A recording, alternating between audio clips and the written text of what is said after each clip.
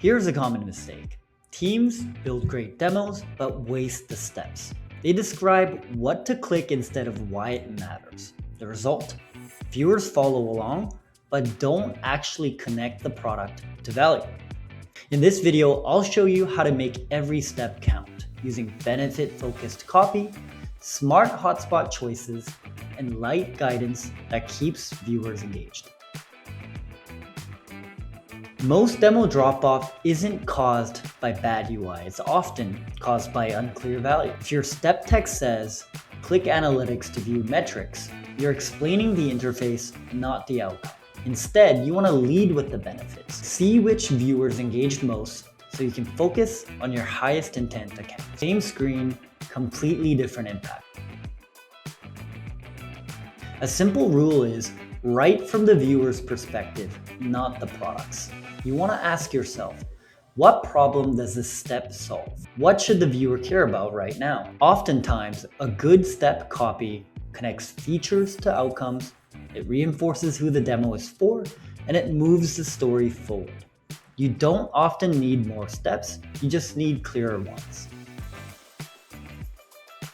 Hotspots guide attention.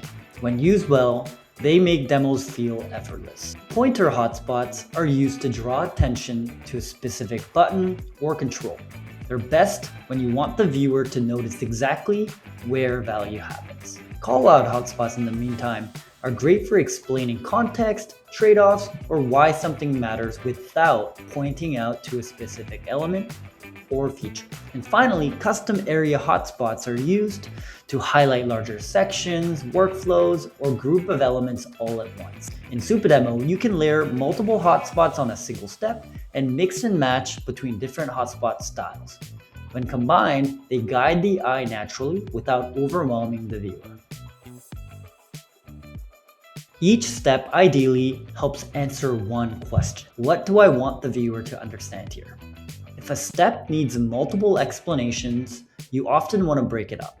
If it doesn't add value or is purely instructional, you want to cut it from your website demo. Clarity beats completeness every single time for this use case. Once your core demo is tight, conditional branching is an option that serves as a powerful upgrade. Conditional branching lets viewers choose their own path when viewing a demo. This includes asking them or routing them, depending on what team they're on or what they're trying to achieve. This works especially well for products with multiple use cases without forcing you to create separate demos for each one. Ultimately, great demos aren't necessarily longer, they're clearer. You lead with benefits, not clicks, you use hotspots to guide attention, and you keep steps focused and intentional. Once that foundation is solid, conditional branching can let viewers explore what matters most to them without adding complexity to you. So that's how you turn demos into stories that actually stick.